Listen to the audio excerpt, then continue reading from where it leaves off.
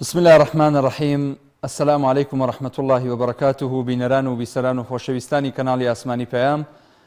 سلام وبركة ورحمتي خواتان لسر بي. ام كاتو همو كاتيكتان باش خوش حالم لألقيشي نوي برنامج دوانگي خلق بخزمتي اوي عزيز وخوشويست شاد بمو.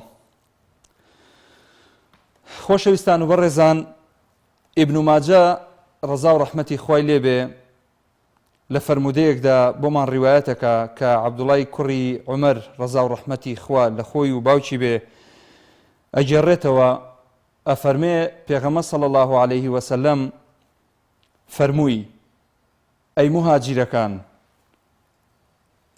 پێنج شت هەیە خوا نەخواستە ئەگەر ئێوەی ئومەتی من ئەنجامی بدەن سەرنجام بە پێنج تۆڵە خوای گەورە وەکو تۆڵەی تەئدیبی تۆڵە لە مرۆڤەکان ئەکاتەوە. فەرموویان چییە یا ڕەسوڵ الله؟ یەکەم فەرمووی صلی الله عليه وسلم ڕوحم بە قوربانی بێ فەرمووی هیچ کاتێک تاوان و گوناه و فاحیشەت لەناو ئێوەیە کاتێک کە زۆر ئەبێ و دروست ئەبێ خوای گەورە نەخۆشی و درم و تاعون و برسێتی بڵاو کاتەوە لە ناوتانە. دووەمیان پێغەمبەر صلی الله عليه وسلم فەرمووی هەر کاتێک لە تەرازوودا غەل و غەشتان کرد و ڕاستگۆ و ڕاستڕەو نەبوون ئەوە خوای گەورە سوڵتانێکی جائر واتە حاکمێکی زاڵم مسەڵەتەکا بەسەرتانەوە. سێم خاڵ کە پێغەمبەر صلی الله عليه وسلم فەرمووی هەر کاتێک کە زەکاتتان نەدا بە نمونەی دەوڵەمەندەکان هەر کاتێک زەکاتیان نەدا و ماڵیان نەبەخشی ئەوە ئەو کاتە بارانیان بەسەردا نابارێ. ئەگەر ئاژەڵەکانیش نەبێ واتە لەبەر ئاژەڵەکان نەبێەوە هەرگیز بارانتان بۆ نابارێنێ لەبەرەوەی زەکات و بەخشین ئەنجام نادەن. لە چوارم خاڵدا پێغەمبەر صلی الله عليه وسلم فەرمووی هەر کاتێک بێئەمری خوای پەروەردگار و گوێڕایەڵی ئەو مەبادیئە ئاینی و ئیسلامیە جوانانە نەبوون خوای گەورە لە نێو خۆتانە گرفت و کێشە و ئاژاوە و مەشاکلتان بۆ دروستەکە. پێنجەم خاڵیش پێغەمبەر صلی الله عليه وسلم فەرمووی هەر کاتێک سەرکردەکانتان سەرۆکەکانتان سەرگەورەکانتان ئەمر بە چاکە نەکەن نەهی لە خراپە نەکەن بە کتاب و سنت کتابی خوا و سنەتی پێغەمبەر صلی الله عليه وسلم کار نەکەن ئەوە ئەو کاتە هەرچی نەخۆشی و ناخۆشی و زوڵم و حقد و بوغز و چینە و هەموو ئەو شتە ناخۆشانەی کە دێتە ژیانی مرۆڤەوە لە نێو خۆتانە پەرت و بڵاوە بێ و زۆر ئەبێ.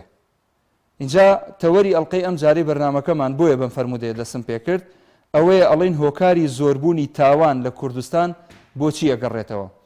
زۆربەی هەرە زۆریەوە خۆشەویستانەی کۆمنتیان نووسیەوە تەوەری ئەڵقەی ئەم جارە نووسیویانە دوورکەوتنەوە لە خوای پەروەردگار و لە ئاینی پیرۆزی ئیسلام هۆکارە بۆ زۆربوونی ئەنجامدانی تاوان لە هەرێمی کوردستان.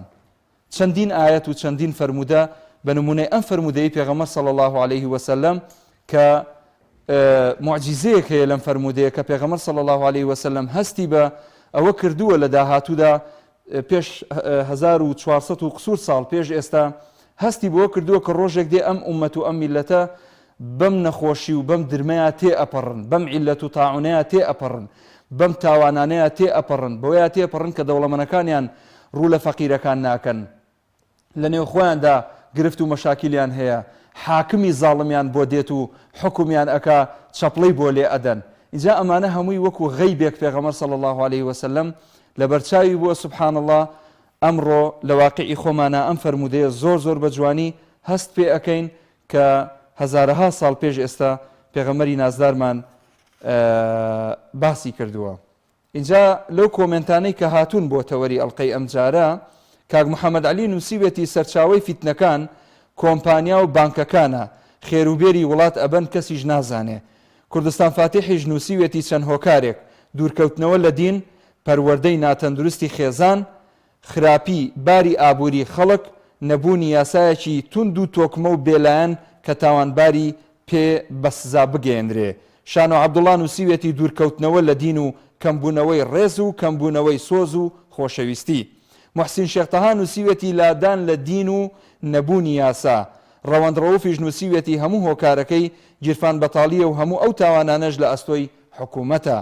ئامانج محەممەدیش نووسیوێتی نەبوونی یاسا و حاکمی ناعادل و ناڕۆشنبیری کۆمەڵگە.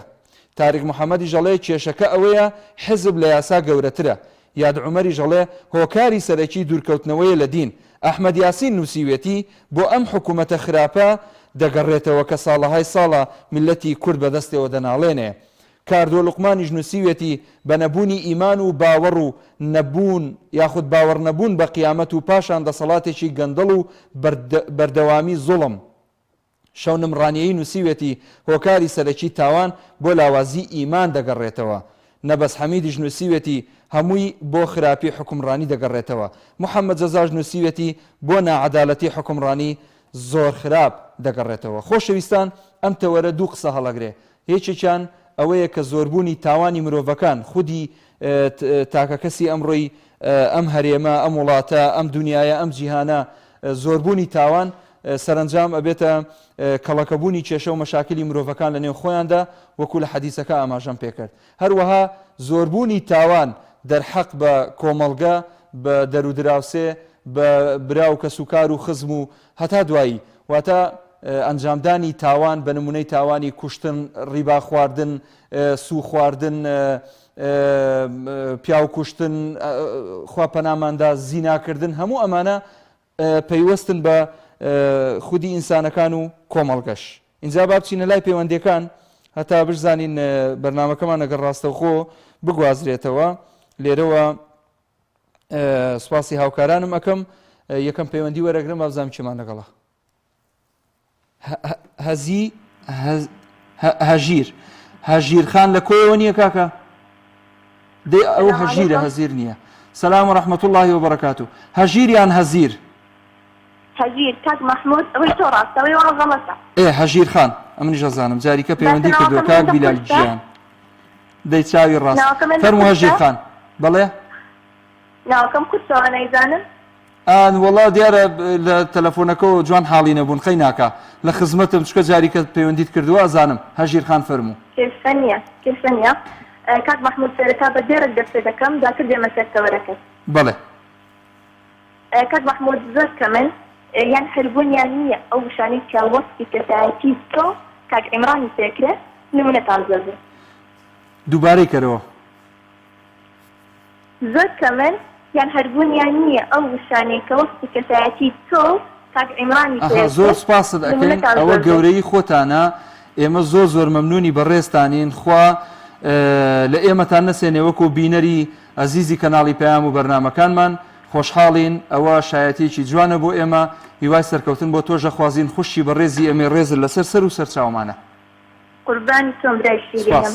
سەبارەت بە تەوەرەکەت بەڵێ هۆکار زۆرە بەڵام سەرەکی ترین هۆکارەکان بریتین لە هەڵگرتنی کەسی بێمۆڵەت کە لە حاڵەتەوە بۆ بەدیاردا قەیرانی دارایی دوورکەوتنەوە لە دین فیلمە دۆبلاسکراوەکان کە دەردێکی کوشندەیە و بەرەکی کۆمەڵگای گرتووە لە خۆشیە دەرونیەکان وە کێشە کۆمەڵایەتەکان تەنانەت نەبوونی هۆشیاری چاک ئەمان هەمووی هۆکارن بۆ زۆربوونی تاوان بە هیوای بوونی کۆمەڵگەیەکی تەندروست ئینشاءالله. لە کاتی خۆتت بە مندا برای شیرینەوە کاتێکی خۆش. زۆر بەڕێزی خوا ئاگادارت بێ هەژیر خان دەست و چاوت خۆش بێ خوا ئاگادارت بێ. هەردی وەرەگرم لە ڕانیەوە کاک هەردی لە تەلەفۆنەوە گوێم لێ بگرە ئەزیزی دڵم سوپاست دەکەم. جان بەڵێ فەرموو. عەلەیکە سەلام و ڕەحمەت الله کاک هەردی جان. تۆ چۆنی جانەکەم؟ بەڕێزی مەمنون سوپاس دەکەم. لە خزمەتم فەرموو. کاک هەردی گوێم لێتە زۆر باشم ئەلحەمدولیلا لە خوای گەورە بەزیاد بێ ساغ و سەلامەتم سیحەتم لە شوێنی خۆیەتی. بەرنامەکە هۆکاری زۆربوونی تاوان لە کوردستاندا بۆ چ دەگەڕێنیتەوە؟ بەڵێ بۆچی؟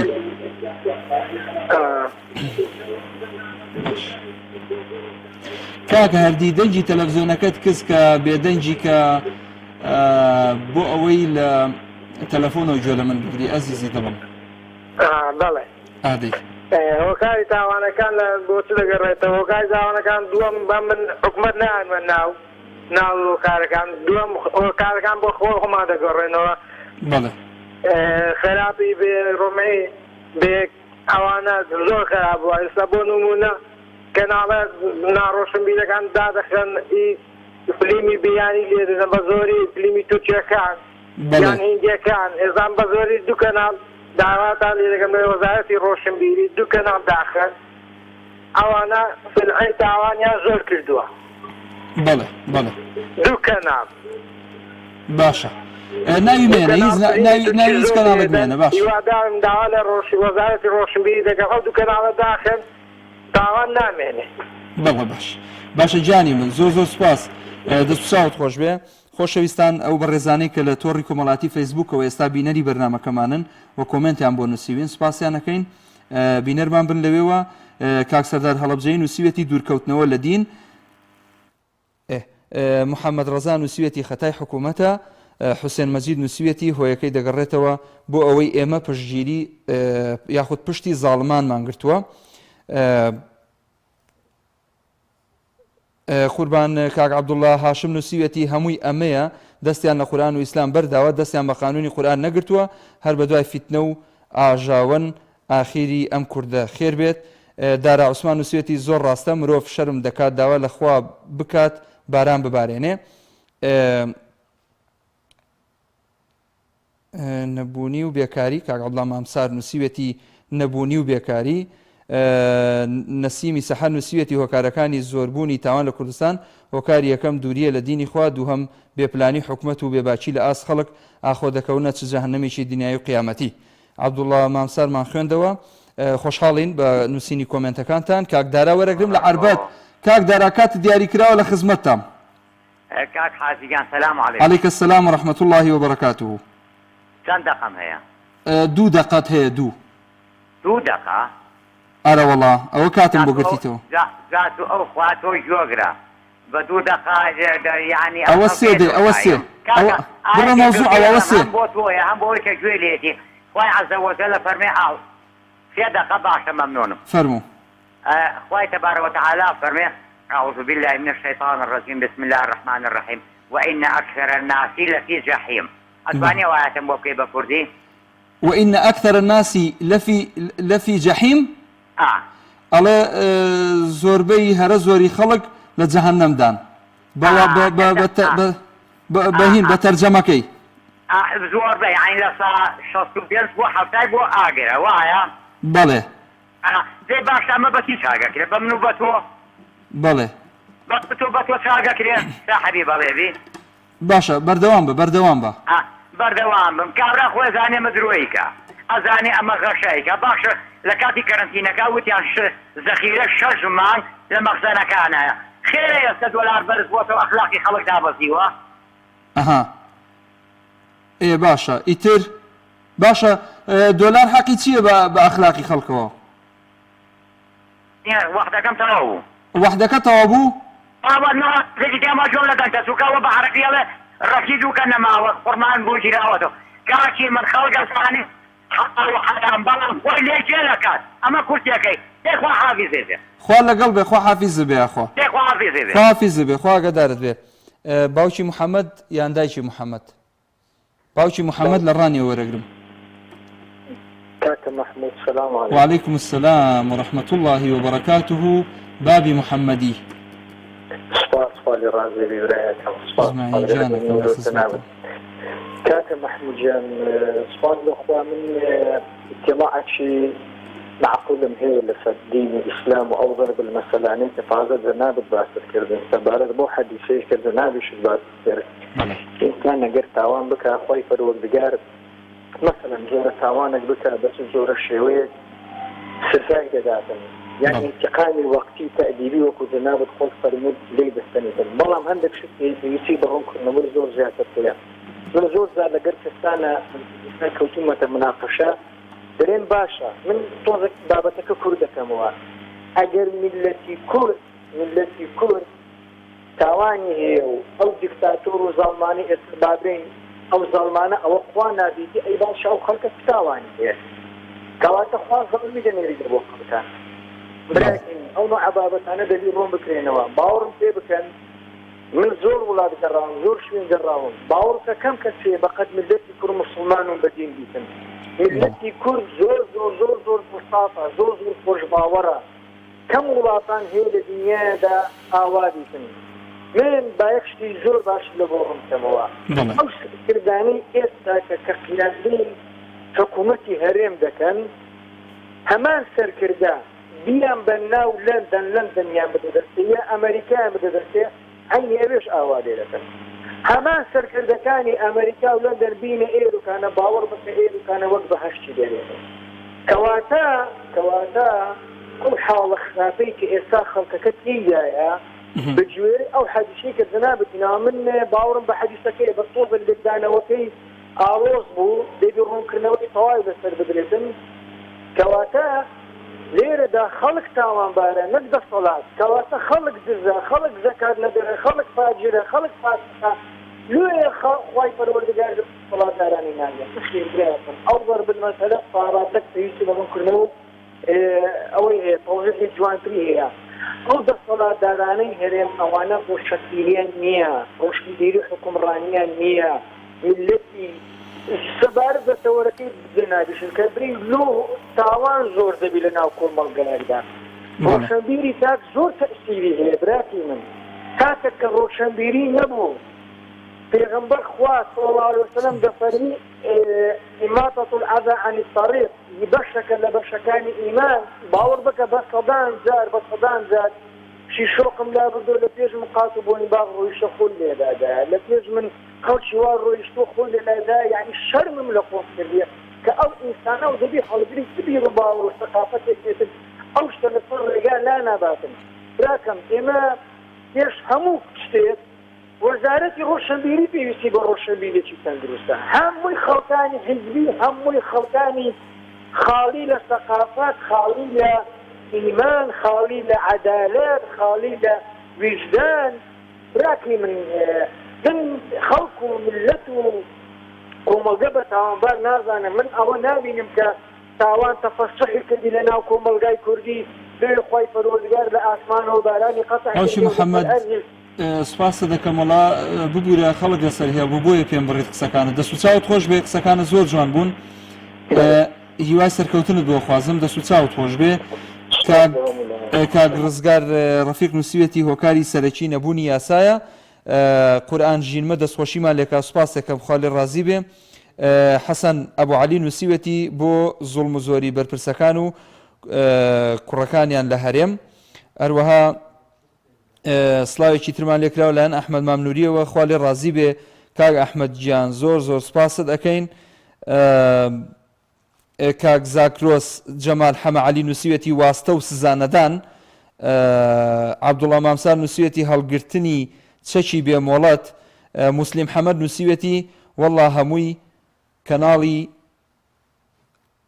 دوو کەناڵی نووسیوە هۆکارەکەی ئەو دوو کەناڵەیە زۆر باشە چینە لای کاک حەسەن لە پیرەمەگرونەوە السلام عليكم وعليكم السلام ورحمة الله باش كاك محمد شلونك كاك حسن جان خزمتا ناخذ الخير كاك محمود خيري كاون لكل ثانية ما بلى وجدت وسر شخصك مثلا كابرا لبعضها تعاون بساوة تعاون بدنا كل ملبوسة كيف يكيك أو تعاونك هنا كذا واحد زي يجي لسنا لكي جناب أنا وكاري كاون أجرت بوسر توركم ملاتك أنت توركم ملاتك أنت سهلة طيبة تو اگر بێتی تۆڕێکۆ مەڵاتەکان بە شێوەیەکی باش بەکاریگەنی باڵگەستی باشتری هەبێ بەڵام ئەپوو بە شێوەیەکی سرات بەکاریگەنی تاوانی پێەکەی براکەم ئەوە ناگرێتەوە سەر تۆڕە کۆمەڵاتەکان کەناڵە میدیاکان تو کۆمەڵە کەناڵ هەیە سێ زەرور لە ماڵەوە هەبێ ڕبیسەوانە تەماشای بەکەوە تاوان نەکەن ئەگەر تەماشاشی وە تاوانەکەن بەڕێی من دەگەڕێتەوە هۆکاری تاوان بوون دەگەڕێتەوە سەر خودی شخصەکە نەک تۆڕە کۆمەڵاتەکان تەلەڤیزیۆن کەناڵە ڕاگەیانەکە ئەوانە هیچی ئەسڵ و ئەساسی نییە کاک محمود بەڵێ قوربان من جارێک لە جەنابەت دەکەم فەرموو بازار کاتی خەڵکیش نەکەم داوای لێبوو نەکەم سەر دەشتن مثلا من لأوروبا أبو دفن لأوروبا أبو من كيف تسمية دبي هاتيم وكردستان أبي من بين بولايته يعني تو بي بولايني پرسیارەکەت من تۆ بێ بۆلای من یا من بێم بۆلای تۆ؟ كان محمد مثلا من لا دفن دبي لأوروبا صار جرام ئەبێ من بێم بۆلای تۆ ئەبێ من بێم بۆلای تۆ جان ئەبێ من بێم بۆلای تۆ أيضا هو تاك هو كان سبب تاوان دقرت وصل شخصك بەڵێ داول يبرنا كم لكات جانی منی سپاس کاک حەسەن جان لە خزمەتان یەک دقە ئەچمە لای کۆمێنتەکان باش ئەحمەد ڕەوف نووسێتی بۆ بێپلانی حکوومەت چونکە بەس خەریکی خۆ دەوڵەمەندکردنە. هاوڕێ حوسێن سلێمان نووسیوێتی دووربوون لە خوای گەورە. بەیان شێخ مستەفا سڵاوی خواد لێ بێ خوا لێ ڕازی بێ ئەڵێ هۆکار خۆمانین دوورکەوتنەوەی لە دین زۆری کەناڵە فاسیدەکان وایان کردووە. دیارە کۆمنتێکی تر هاتووە بابەتە هاوچەرخەکانی مامۆستا عەلی باپیر نووسیوێتی ئەڵێ مامۆستا عەلی باپیر لەبارەی تاوان و دواکەوتوویەوە زۆر جوان دەڵێت نەسرانیەکان هەتا دەستگرتوو بوون بە ئاینەوە هەتا دەستگرتوو بوون بە ئاینە شێوێنراوەکەیانەوە دواکەوتوو بوون کە دەستبەرداری بوون پێشکەوتن بەڵکو مسلمانان بە پێچەوانەوە هەتا دەستگرتوو بوون بە ئاینەکەیانەوە لە پێشەوە بوون و کە دەستیان لە ئیسلام شل کرد کەوتنە دوا. سوپاس. وەستا هەژاریش نووسیوێتی وەڵا ئەزیزم بەس هۆکاری ئەوەیە بێ ئاگاین. کێم لەگەڵە؟ کاک ڕزگار لە دەربەندی خان فەرموو. کاک ڕزگار. السلام عليكم قربان. وعليكم السلام ورحمة الله وبركاته. يا أخوة. دخوشي برنامج ديكين برنامج كان تنجوان بالراسي دخوشتان ديكين كيشتري شو ما عنده بس ور نجري عاوز. سپاس دەکەم زۆر بەڕێزی لێرەوە سڵاو ڕێز و حورمەت و خۆشەویستی چاوی یەک بێکی خەڵکی دەربەنی خان ماچەکەم. بەڕێزی لاشان ساقی والله ڕاستی لەسەر بەرنامەکە و لەسەر هۆکاری زۆربووین تاوان ئەو حەدیسەکە خوێنت و ڕاستە ئەو فەرمودەیەکی جوان و بەڕێز و گەورەیە یان بەڵام ڕاستی هۆکاری سەرەکی نەبوونی یاسایە لە وڵاتەوە. بەڵێ نەبوونی یاسایە. یاسا بەرقەرار نییە تۆ لە وڵاتە پێشەکەوتەکانیشا سەیری بکە ئەگەر یاسا هەڵگری بۆ ماوەی چەند کاتژمێری کەمیش یعنی وڵاتەکە بەڕاستی تێکەچێت ئەوەی تاوانەوە. بەڵام لەیرەنە یاسا بۆ فەقیر بۆ جیلی ژێرۆ سەروەر نییە. بەڵێ یاسا بەس بۆ فەقیرە یاسا بۆ ئەوان بۆ خۆیان نییە یاسا بۆ فەقیر هەیە دەستخۆشی بەرنامەکە لێگەین زۆر مەمنون لەسەر ئەو قسەی کە کاغزگار فەرمووی لە دەربەنی خانەوە کە یاسانیە یعنی خەڵکە بۆ بە ڕوون و ئاشکرا مەسەلەن هاتوۆتە سەر شاشەی کەناڵە گوتوێتی یاسا چیە من باوەڕم بە یاسا هەر نییە شتێک نوێ خۆم تۆڵەکەمەوە بەدەستی خۆم تۆڵاکەمەوە پێویستم بە یاسا نییە و ئەعتراف بە یاسا ناکەم ئەوە خاڵێکی جەوهەری و گرنگە ئەگەر یاسا بەرقەرار بێ بۆ هەمووان بێ یاسایەک بێ تۆڵە لە زاڵم بکاتەوە بۆ معنایی کە تۆڵە بۆ مەزلوم بکاتەوە ئەوە یاسایەکی گرنگەوە پێویستە هەبێ و دەستی پێوە بگیرێ بەڵام ئەگەر پێچەوانەی بێ زاڵم هەر زاڵم بێ و تا سەرێسقان لەگەڵ مەزلومە دیسانەوە زاڵم بێ ئەوە یاساش ڕێگری لێنەکە ئەوە گرفتەکە ئەوەیە بەڕاستی و عیلەتێکی زۆر گەورەیە بەرۆکی کۆمەڵگەی ئێمەی گرتووە. چنار عەبدوڕەحمان نووسیوێتی هۆکاری سەرەکی دوورکەوتنەوەی لە ئاینی پیرۆزی ئیسلام. باشە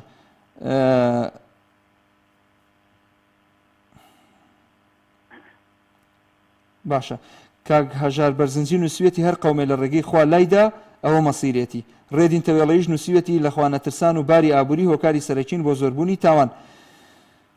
کاک جەبار سڵاومان لێکا سڵاوی خوا لە جەنابەت بێ کاک جەبار جان. کاک عەبدوڕەحمان خدری ژەڵێ سڵاو لە شاشە جوانەکەی پێیان خوا لێ ڕازی بێ سڵاو بۆ جەنابیشت. کاک هیوا حەمەد نووسیوێتی ئەو دوو بنەماڵەی هۆکاری هەموو نەهامەتیەکن. کاک عەبدوسەتار سماقۆڵیش نووسیوێتی کاکە مەحموود هۆکارەکەی ئەو دوو حیزبە دەسەڵاتدارن. سوپاستانەکەم باوکی ماکوان وەرەگرم لە بازیانەوە. مامۆستا مەحموود سڵاوی خوا لێ بێ. سڵاوی خوا لە جەنابەت باوکی ماکوان. والله إخوانا بالرئيسة عند برادراني بشي كنترول شاي هم يا ما شكم شاوی تۆ ماچەکەین ئەزیزی ئەمەی فەرموو. والله برا بالرئيسة يعني زحمة من والله تسأل بشكل على عراسي بالرئيسة بەڵێ فەرموو. أمرك إن صاروا 6 سال تيجي أتعلم 6 سال حكم الراني شد صلاة الرهاي لايا شي حاكم الرهاي شي أتواني بالرئيسة كم بالله بەڵێ یەکێتی و پارتی مشيتي بارتي نقد بلا مشيتي بارتي سروكايتي هرم سروشي هرم سروشي حكومة ما مساجع بەڵێ بەتەئکید أم دا صلاة الرهاي هي حشي تاوانا كان كومله هكاري تاوان زوربوني تاوان نعدالتي هشاري خلق أمانة كومله يعني كومله نمونن كابونته هكاري زوربوني تاوان برأي من سروكايتي هرم لو كاتي سروكايتي هرم كان سروشي أمشش باليوم كردات الهاري كردستان فبعور قناعاتي من أبوتوني خوما مسقال صري إيمان أمية بله هل كاتي حاكمك بإيمان بكم القبض ولا كامل بإيمان ببلاي بالرسم خلشان تير حرام قولي كده خلشان تير زيتي كده خلشان شيت كده خلشان توشي نقوشي نفسه دروني كده ما مصايب بالرسم ملتي يقول ملتي يجي زور بسلمانة قال يقول يجي زور بشرفة قال يجي زور حرمان زور شور الجرة خاوني هزاران ديان هزار شهيد همولة جناي هزار شهيد بوا والله زور بداخل وكحاكمة كما أن عدالة بو إيماني نبو أما أن جامعتي كي سايبين يوارو بيان صالان بيان صالحين متورو برنامج سرقين منو بيان هاو يخوشيتو بلاي بريق سيدة سرقا هيك شارة سرقينيا من قناعات مويا بوسين مويا شاكبونينيا كتايكو ملقاني ما مصايب بريق صاورتان ليا هم مستشاوكان بيا ساينا حكمتي همين لا سرقاتي هذا مستشاوك ليا أما ممكن الله خراف أنا خاولي خويا براي برسم اگر اوان بریانه دن اتورک اتوان کناری خراب دانن اتوان روشی کو مانگای مسجد دان بداخ و هزاران جرب كيامي كرت ملتي كرت بم روشه گئی بم بردگی من امید تنا خوای گوری خوای گوری چاشیکا زۆر سپاس قوربان خوا لەگەڵ بێ ئەخوا سپاس بۆ پەیوەندەکەت کاک هەیاس منطق نووسیەتی سڵاو و ڕەحمەتی خواتان لێبێ هۆکاری زۆربوونی تاوان هەموو تەماح و چاوچنۆکی مرۆڤەکانە کاک شکار سڵاومان لێکا خوا لێ ڕازی بێ سڵاو لە جەنابێت کاک بورهان حەمە ئەمین نووسیەتی هۆکارەکەی گەندەڵی دەسەڵاتە بەڕێزە کۆمنتێکی زۆر دوور و درێژی نووسیوە بە ناوی سۆزێکی پاک داوای لێبوردنەکەین زۆر زۆر لە ناتوانین بخوێنینەوە بەس نووسیەتی عەرەبی خۆیان قەت باران نەبارێ بۆ ئەوەی ئەو خەڵکە بزانێ کە ئەوە تووڕێی خۆی گەورەیە کاک عەبدوڵڵا هاشم نووسیەتی لەم کوردستانە کەسی باش و خراپ تێکەڵ بوو و کۆمنتەکەی درێژە ناتوانین بخوێنینەوە باشە کاک محەممەد وەرەگرم لە شاری سلێمانیەوە هەموو کاتت باش کاک محەممەد جان دەستخۆشی مێ بۆ بەرنامەکەتان سپاس دەکەم بە کورتی کاک مەحموود دەسەڵات کە خۆی لە یەکێتی و پارتیە بینێتەوە هۆکاری سەرەکین لە کوردستانە بۆ ئەنجامدانی تاوان و ئەنجامدانی تاوان بەڕاستی باشە ئەوانش کە تاوان دەکەن لەم وڵاتەیە بەڕاستی هەر ئەندامانی ئەو دوو حیزبە و وەدام و دەستگاکانی ئەو دوو حیزبن وڵێ باڵپشتی ئەو حیزبانە تاوانی پشتن و دژی و جەردەیی و کۆمەڵێ تاوانی پێزەوەی تریەکەیکە خەڵکی فەقیر لەم وڵاتەیە تاوان ناکە خەڵک ناکوژێ دژی ناکە بۆ ڕێژێ دژی گەورە باشە لەبەرەوەی بە باڵپشتی ئەوانیش یا ئەندامانی ئەوانن یا بە باڵپشتی ئەوان خەڵک تاوانی گەورە لەم وڵاتەیەکە بەڵتەشمان باچینە بنکەکانی پۆلیس دادگاکان بزانین کێن گیراون ئەندامانی یەکێتی و پارتی بە زۆرینە ئەوانن یا ئەندامانی لایەنەکانی کە و خەڵکی ئاسایی ئەم وڵاتە بۆیە یەکێتی و پارتی وەکو دەسەڵات لە پشت زۆربوونی تاوانەکانی لە هەرێمی کوردستان و ئەندامانی ئەوانیشن کە تاوان لەم وڵاتەیە ئەنجام بهێن بە کورتی زۆر سپاسانەکەم زۆر سپاس بۆ جەنابەت کاک محەممەد جان خواگەدار بێ کاک مەحموود وەرەگرم لە شاری دهۆکەوە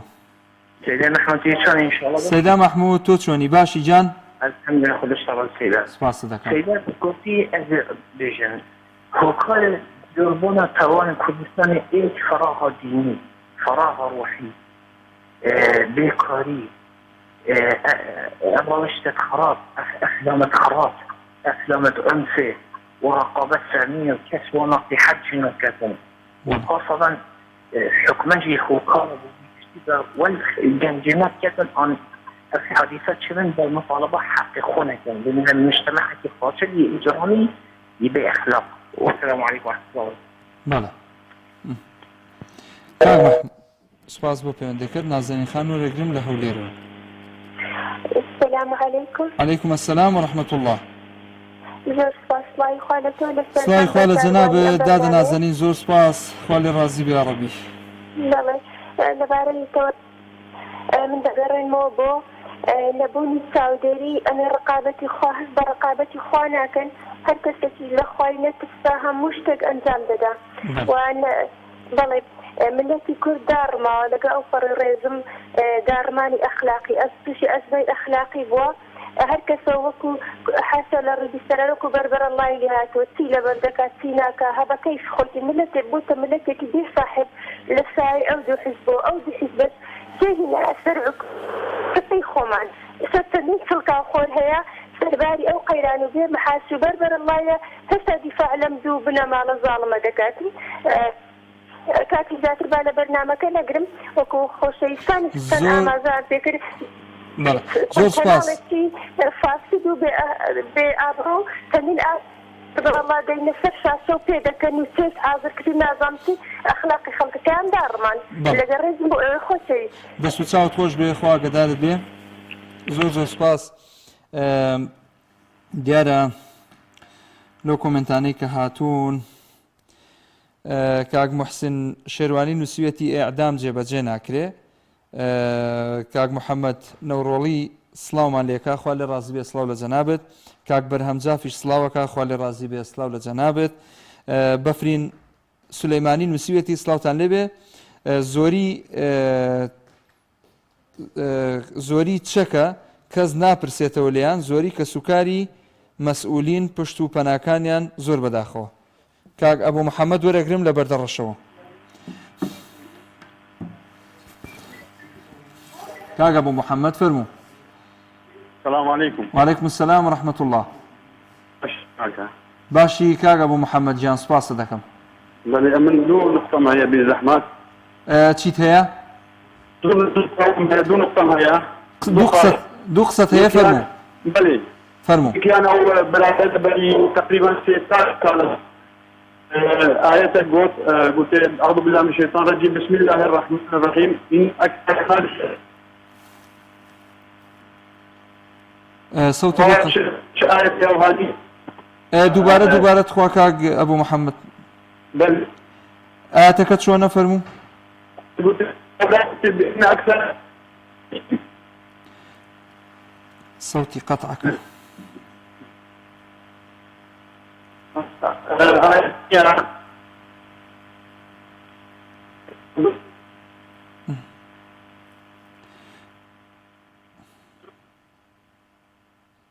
صوتي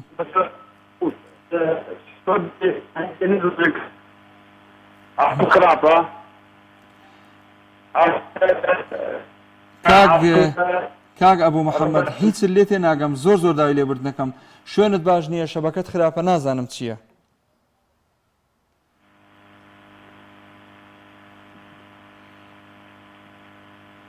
چاک نابێ باش بەداخەوە کاک میران وەرەگرم لە شاری هەولێرەوە.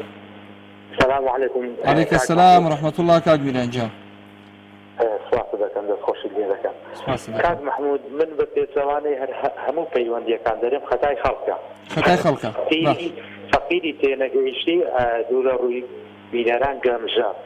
بەڵێ. ئەو فەقیرە دانی نییە کرێی نەدا پێشەش کرێ قەردارە دیناری نییە مارمەدارەکەی ڕیسوایە ئیشی نییە. سەری زمان و بنی زمانی گلەیە بەدولا العەزیم نەکبەنجی دەداتێ دەستە سەر سندوقیش نێنەراتیشی لۆ دەکات تاژ لە خەرک سۆر دەکاتەوە شەڕشی لۆ دەکات ئێوە گەمژەی عین لەوە زیاتر خەتای چێ وەڵی خەتای دەسەڵات نییە خەتە ئەس فەقیرە گەمژەیە فەقیرێ هەمیشەشی لۆ دەکات آخر وەڵی بەچ سۆران عومەر گوتی بەفری پارەی خەتی نییە قسە بە سۆران عومەر دەرێ لە سوی دەرکرا لە سەروی یعنی حەسانەی لێساندراوە بە کۆی دەنگ. بەڵێ زۆر سپاس کاک میران دەست و چاوت خۆش بێ سپاس بۆ پەیوەندیەکەت. خۆشی بەرنامەکەتان لێ دەکەم هیوادارم تەلەڤیزیۆنی پەیام چونچی لەسەر بەڵێ ژیانی من سپاس دەکەم خوا ئاگادارت بێ کاک میران زۆر سپاس.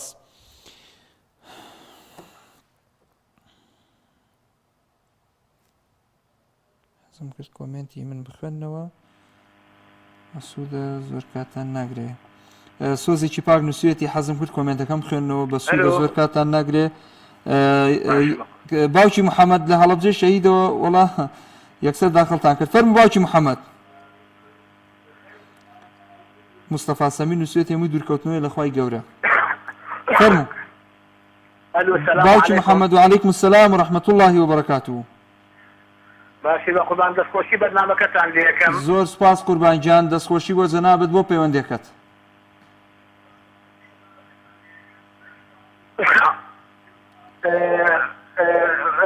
تەوەری بەرنامەکەتان شتێکی جوانە هۆکارەکانی زۆربوونی تاوان لە کوردستان بۆ چی دەگەڕێتەوە شتێکی تەوەرێکی جوانە بەڕاستی ئەگەڕێتەوە بۆ سەردەمی دەسەڵات وای کردووە گەنجیش بێئیشە و بێکارە و بەڵام من لێرە یەک شتە بە جەناب دەڵێم خۆزگە بە خۆزگای خوا لە ئەوەڵی تەمەنی ئینسانۆ دینی ئیسلام حکمی بکردایە لە نەوەدەکانە لە نەوەدویەکەکانە نەکوشتنە بوو دزیە بوو نە تاڵانکردنە بوو لە سایەی سەریان دوو دەسەڵاتەوە هەموو شتێک لە کوردستانە ڕۆژانە ئەبیتی دزیە کرێ تاوانە کرێ بەرامبەر خراپەکاری بەرامبەر بە دینی خوا بە دینی ئیسلام ئەوە گەڕێتەوە بۆ سەر هەردوو دەسەڵات بەڕاستی منیش ئەوە ئەڵێم خۆزگا بە خۆزگایی ئەو خوا دینی ئیسلام حکمی بکردایە لە کوردستانە وەکو ساڵەکانی 92 خۆزگە وا بواە باوکی محەممەد خۆزگە وا بواە و ئیشەڵا خۆزگە کەشمان زۆر ناخایەنێ بە ئیزنی خوا زۆر سپاس دەکەم سپاس دەکەم خوا لێ ڕازی بێ زۆر مەمنون سپاس باوکی محەممەد بۆ پەیوەندەکەت خوا ئاگادارت بێ یاخوا کاک هەرێم وەرەگرم لە شاری سلێمانیەوە کاک هەرێم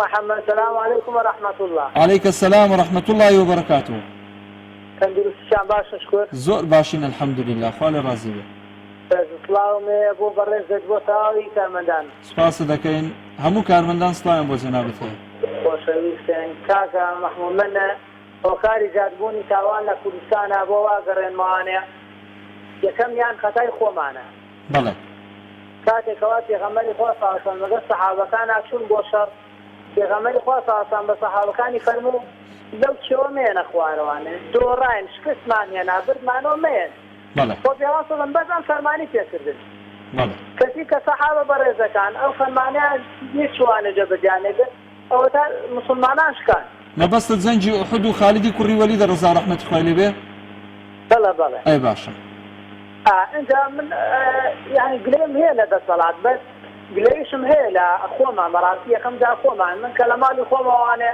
توانم کۆنتڕۆلی تەلەڤیزیۆنەکەم بکەم ئەو کەناڵانە بفرموانێکەوە دینی خوای گەورە پێی قبوڵ نییە ئێدا با دەسەڵات حەز دەکەی لە باسی کەناڵ 1000 کەناڵم بۆ دابنی ئەوە منم کەوا حکمەکەم ئەو کەناڵە لە ماڵەکەمان نەبێت ئەی ئافرین بۆ کەسێک کە جورئەتەکە ئەو کەناڵانە کەوا بە دڕۆشتر بڵاوەکەنەوانەیە ئەیسڕێتەوانێ ئەمە کێشە ئەمەیە جورئەتمان یعنی لەگەڵ ڕێزما بوو هەموو ئەزیزەکان کە پەیوەندیەکەن جورئەت کەم بۆتەوانێ یعنی دائیم بە عایلە سەیری ئەم هەموو مەسەلسەلاتەکەن ئەم هەموو ئەڵقەیەکەن بەڕاستی هەرەمادی هۆکارەکەی زیادبوونی تاوان کارەساتە کاک هەرێم کارەسات بەرەکاتی ئاسمانی لێ بتوانێتەوانێ بەخوا خۆمان وەرەب العالەمی زوڵ لە هیچ کەسێ ناکە إلا ئەو قەومە نەبێ ئەو قەومە خۆیان هۆکارن بۆیەوە خوای گەورە زوڵم بەسەرەوانە بکەفێنێ زانی وادارم یعنی لە خۆمانەوە مێخ و خۆم بە خۆمان نابچینەوانێ ڕووخێنەوە رب العالمین تاکە دەرگایە کە هەمیشە کراوەیە دەرگای رب العالمینە بەڵە قوربان دەست و چاو خۆش بێ خۆشەویستن و ڕێزمێ و هیوادارم هەموو لاگوێرەتەوە بۆ لای خوای گەورە ئینشاءالله قوربان خوا ئاگادارت بێ کاک هەرێم گیان خوا لەگەڵ بێ یاخوا هەڵۆ بۆ خزایی نووسێتی کەمی ڕۆشنبیری تاک ناز لوقمانیش نووسێتی خەتای خەڵکە ئەم زوڵمە قبوڵەکە خۆشناوی مامنووری نووسێتی گەندەڵی و دزی و کەمی هۆشیاری عەلی سەمیر نووسێتی خراپبوونی باری دارایی خەڵک ئەنوەر مەحموود نووسیوێتی هەر کۆمەڵگەیەک ترسی خوای تیا هەڵگیرا ئەوە تاوان و خراپە بەرپا دەبێت و لەم کاتەشدا دەسەڵات هۆکار و پەرەپێدەری زۆربوونی تاوانە. کاک ئەحمەد ڕۆڤ نووسێتی تکایە بەرنامەیەک بکەن لەسەر ڕێگاوبان بە تایبەتی جادەی بانی مەقان هەتا قەرەهەنجیر زۆر خراپە. بانی مۆڵای ڕاستەکەی زۆر زۆر وایە. کاک ئەحمەد ڕۆڤ نووسێتی ئەوە کاک ئەحمەد ڕۆڤم خوێندەوە دوای نووسێتی هەمووی کەم تەرخەمی حکوومەتە ڕاستەکات جادەی بینی بانی مەقان بۆ قەرەهەنجیر زۆر زۆر خراپە وەڵا ڕاستەکە. کاک ئەحمەد وەرەگرم لە چەمچەماڵەوە. السلام عليكم. وعليك السلام ورحمة الله. دەخۆشی بەرنامەکەتان لێگەم بەڕاستی بەرنامەیەکی جوانە چاوی تاکی کارمەندانی کەناڵەکە تاماشەکەم. تۆ گوڵی کاک ئەحمەد تەمەنت چەنە؟ وەڵا من تەمەنم 19 ساڵە. چەند؟ 19. باشە باشە کاک ئەحمەد جان باشە چاوە ڕاستەکەم.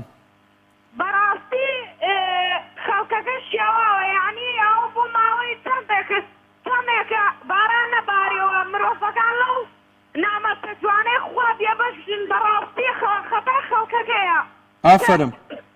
کەمیلە پێک ترسی خواتیانە جوولا بەڕاستی خوای گەورە نامەد نانێرێ بەڕاستی خەڵکەکە خۆی خراپە خەتای کەس نەبێت. ئەم هەموو بێموچەی و پێبارانی و قەیران و هەمووی ئەبێ خەڵک عیبرەتی لێ وەرگێ. ئەی ئەربژیت ئەک بژیت هەمووی خەڵک خۆی زۆر خراپە بەڕاستی ئەبێ بەسە بەخوا بچنەوە یعنی زۆر زۆر خراپە خەڵکەکە. جوانە جوانە ئەک بژیت کاک ئەحمەد دەست خۆش. خۆش بیا خوا سەلامەتی. وعليك السلام ورحمة الله وبركاته. خوا گەدار بێ برای باوکم خوا لەگەڵ چاوەکەم قسەی خۆشی کرد کاک ئەحمەد. کۆتا پەیوەندی وەرەگرم کاک جوامێر لە چەمچەماڵەوە. السلام عليكم. وعليك السلام ورحمة الله كاك جوامير جان. كاك محمود جان سني قربانك بم. خوالي الرازي منيش قربانت بم. خوش دام لي كم بتوركت. لا خدمتام كاك جوامير جان. فرموا تشاوكم. أنا سجام الله يخوت خالص باسكت. أكن صلاة لبرام أشيما نمتا إذا فنية تنابو فرسي برنامج أو أيك خود باسكت كذا في صلاة تبديك مني كي سمعنا مني. بله. أما ياك. بله.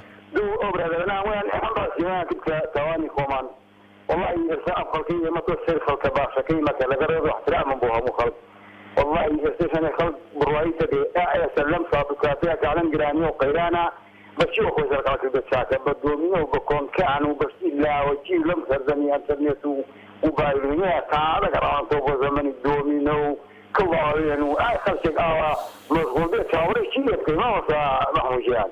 والله رازاران منافسه بوو چێ پێش چێ بچێ بۆ مزگەوت و چێ لە جەماعەتا بێ و کاکە باڕووکەینە خوا و هیچ خوا هەڵوات کار لەخواگەتەوە بکەین هەڵمان سەردنینەوە هەر بەزارە گێرن کاکە باڕووکەینە خوا وەڵڵاهی لە دەرگای خوا بێ خوا بێمان دەداتەوە ئەمە زۆریان سێدان کاکە محمود جان ئەم خەڵکەی ئێمە هەر شەورەر ئەوێ کاکە حکومەت خراپە ئێمە حکومەت خراپە پێ چاک بە کاکە نانا خەتای خۆشمانی تایە کاک حاول كلامك كذا وكذا اما ما فلان شيء كذا هو اجنبي ما بيحصل خەتای خۆمانی تایە کابرا دەبێ ئاو خواتەوە دەبەکە لە جامەکەەوە هەڵەداتە سەرجادەکە ژینگەی پێپیسەکان پلاستیکە 50 ساڵیەوە تا بێتەوە بە خۆڵ ئێمە خەتای حکوومەتە نەبخوای ئەوەی لە خەڵک کردی وە لە حکوومەتم نەبی من خۆنا خۆزان فۆڕۆژ کابرا مەشروع بەخواتەوە لەسەر جادەکە دوای بڵ و ئارەقەکەی فرادا لەسەر شۆستەکە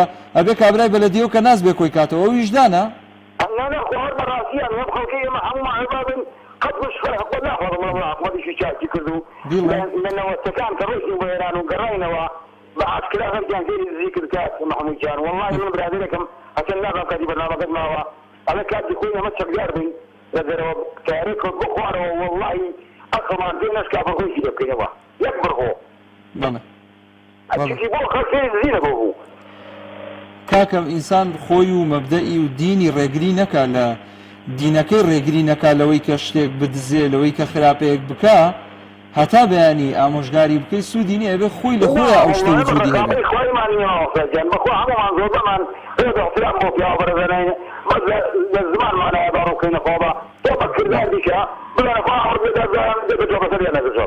قوربان زۆر سپاس کاک جوامێر گیان خوا لەدارت بێ یاخوا خوا لەگەڵ بێ یاخوا خوا حافیزت بێ کاک عوسمان ئەحمەد نووسیوێتی دەگەڕێتەوە بۆ پابەند نەبوون بە ئاینی پیرۆزی ئیسلام. مەحموود تەنهایی نووسیوێتی هۆکارەکان زۆرن سەرەکیترینیان دوورکەوتنەوە لە عملکردن بە ئاینی پیرۆزی ئیسلام، هۆکاری دووەم خێزان و سێەم حکوومەتەکەمان کە بێموچەی و بێ خزمەتگوزاری و نەبوونی هەلی کار و سەروەرنەبوونی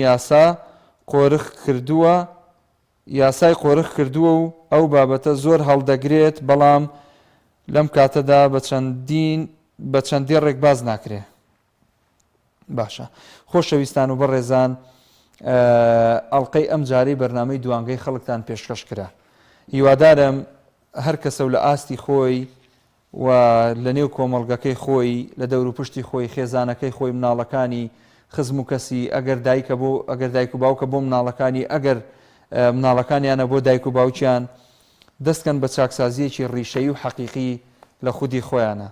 هەر کاتێک ئەوەمان کرد گومانتان نەبێت لەوەی کە خی گەورە هەم بارانمان بۆ بارێنێ و هەم دەری و خێری ڕەحمەتمان لێکاتەوە، هەم ئەگەر ئەم دەسەڵاتە زاڵم و ستەمکارەی لەم هەرێمە هەیە و لەم وڵاتانە هەیە و بەرۆکی ئەم خەڵکەیان گرتووە بە دووبارەکردنەوە وتنەوەی ئەستەغفیرەڵڵا و گەڕانەوە بەرەو خوای پەروەردگار مطمئین بن، دڵنیا بن خی گەورە دەروی ڕەحمەتی خێر لە هەموو لایەک ئەکاتەوە. تا ئەڵلقەیەکی تریان بەرنامەیە بەخوای گەورە و میهرەبانتان ئەسپێرم لە دوعای خێر بێ بەشمان مەکەن. ئەسەلامو عەلەیکوم وەڕەحمەتوڵڵاه.